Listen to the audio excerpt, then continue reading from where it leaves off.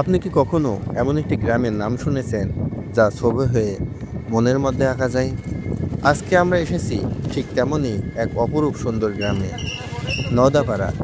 পাবনা জেলার ঈশ্বরদী থানার অন্তর্গত দাসুরা ইউনিয়নের বুকে শান্ত সৌন্দর্যে ঘেরা এই গ্রামটি প্রকৃতির এক অনন্য দান।